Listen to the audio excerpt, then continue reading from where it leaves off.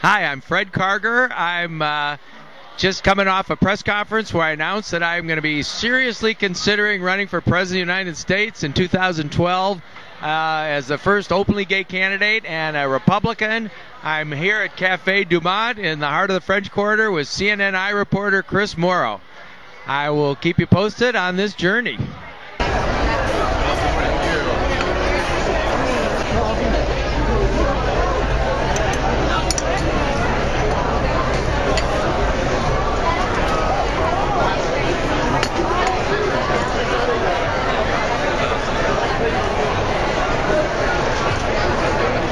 We're at Cafe Du Monde in New Orleans, and I want to ask you a couple of questions about your campaign. How do you plan on going from nowhere, I mean, nobody knows about you, to actually being taken seriously on your campaign? Well, thanks, Chris. Just had a couple great beignets. Oh, they're good. I am in an interesting situation. I've done this a lot for candidates, completely unknown candidates, so I have experience.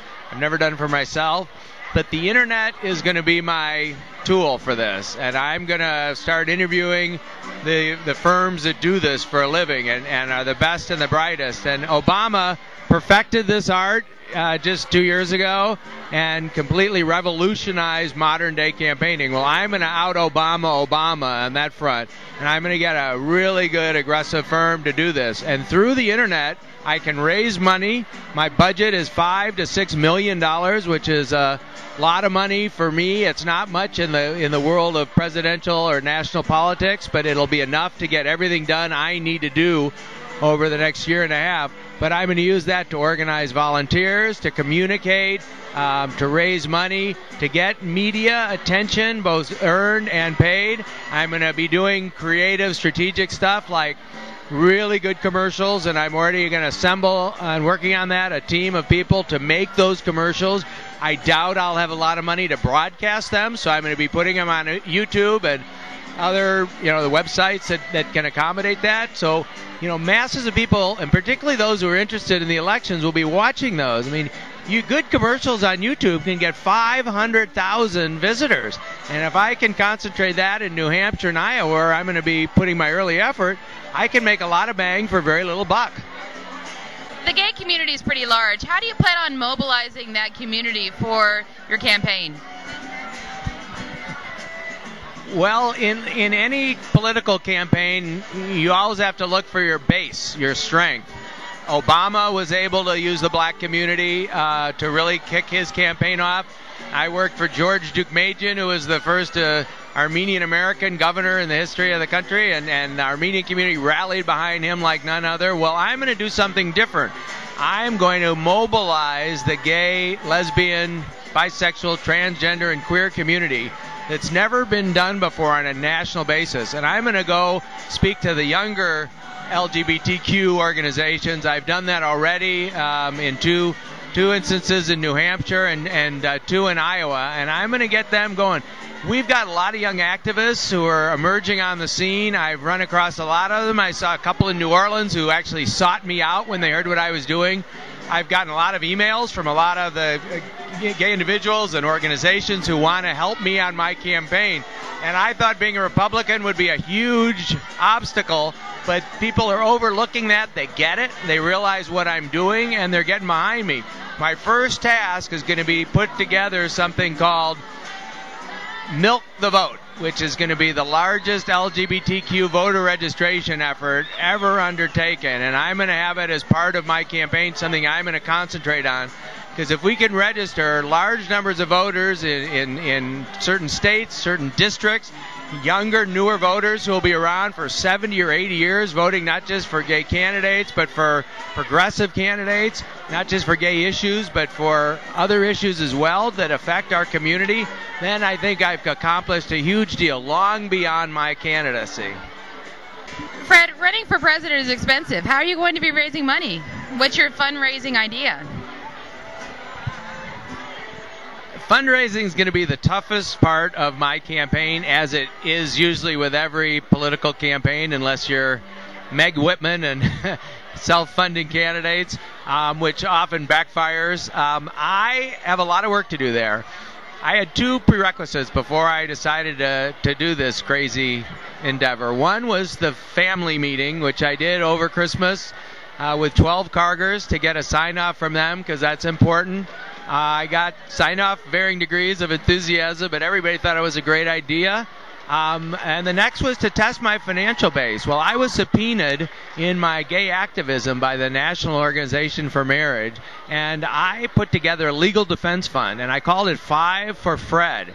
And I asked people on my database to give me $5 to help with defray my legal costs, tens of thousands of dollars.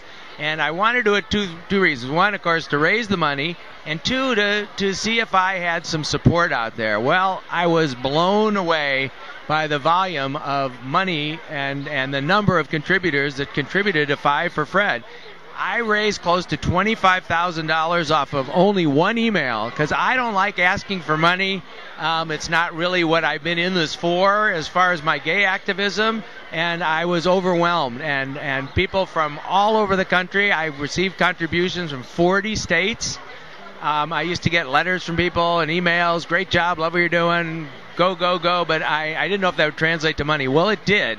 And so I know $25,000 is nothing for a presidential campaign, but I know that I've got that support out there within my community. And then a lot of allies, progressive allies, who think this is an important cause to take on. There are a lot of very wealthy LGBT people around the country. We've got, we raised $44 million for Proposition 8. I have restrictions and if I do file federally, that, it's $2,400, the most anyone can give as an individual, no corporate money, but I'm confident that I will get support at that high end. But I think the bulk of my money is going to come off this great internet website I put together, fredkarger.com, which will take me to an amount of money. I'm estimating $5 to $6 million, which is, you can't even, city races for mayor, spend more than that. But I think I can run a smart, strategic campaign with low overhead and do a very effective job on a respectable budget. Fred, have you always been Republican? Because you're going off of the Republican ticket, right? Yes, Chris, I've always been a Republican. My parents were both Republicans. They were, social liberal, fiscal conservative, kind of pro-choice, progressive Republicans, I would say. So that's how I was raised. The first candidate I really worked for was Nelson Rockefeller when I was 14 years old, and there was a term in the 60s, still survives even in some of the old-timers like me, called the Rockefeller Republican, which, many Republicans is a 4-letter word, but it represented, caring, compassionate type Republican who could, embrace everybody, welcome everyone in the party, care about those in need and disabled, but also, with some of the principles which I think are leaving the Republican Party, such as, staying out of people's lives. And what's happening is that so many people now are leaving both parties, not just the Republican Party, but Democratic Party, and moving to the independent category because they're dissatisfied with either party. Well, I can't run as an independent. I don't have $1 billion like Ross Perot, and it's a very costly endeavor. So I'm going to run as an independent Republican, which is a brand new term. It's never been used before. It's usually, conservative or liberal or moderate. Well, this is independent, and I'm speaking to those independents, and they're New Hampshire, which is going to be, probably where I'm going to camp out and spend a lot of time and really make a go of it, is a state that has 42% of all registered voters are independents, and they're allowed to vote in either primary. So I'm going to be appealing to that group. The Republicans that are there, I might not fare as well, but I'm going to certainly be speaking to them. But the independents who can vote in either primary, I'm going to be courting and putting a lot of emphasis toward getting them involved and registering a lot of people as independents, because Obama's going to be unopposed unless something dramatic happens. So the action's all going to be on the Republican side. And I can be a beneficiary of that because I don't think, Newt Gingrich or Sarah Palin or some of the other far-right members of the Republican Party are going to attract the independents. There will be a few like myself and maybe only myself who will. So I'm going to fight for this party because I think it should be inclusive.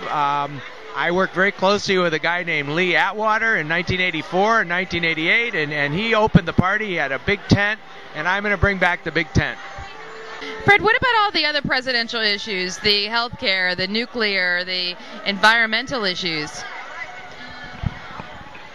Well, when it comes to issues, I announced today at my press conference that those positions and, more importantly, my ideas for some of the major challenges facing this country are going to be forthcoming.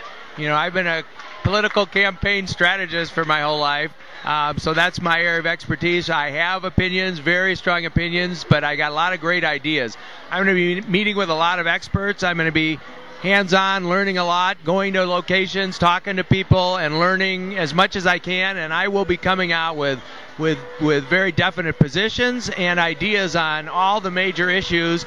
And right now, my area of concentration, now that I'm getting a little bit of a bully pulpit, is on 5 very important issues to my community: to repeal Don't Ask, Don't Tell, the passage of the end of the Employment Anti-Discrimination Act, getting rid of DOMA, making gay marriage the law of the land, and an area which has kind of fallen by the wayside, to make a new national priority out of an issue that's affected my community and particularly my generation, and that is combating HIV/AIDS with more dollars and more research, finding a cure for AIDS and also a vaccine. And those are going to be the areas I'm really focusing on early, but I'm not, just focusing on that. I'm going to be looking at all the big picture issues as they affect Americans.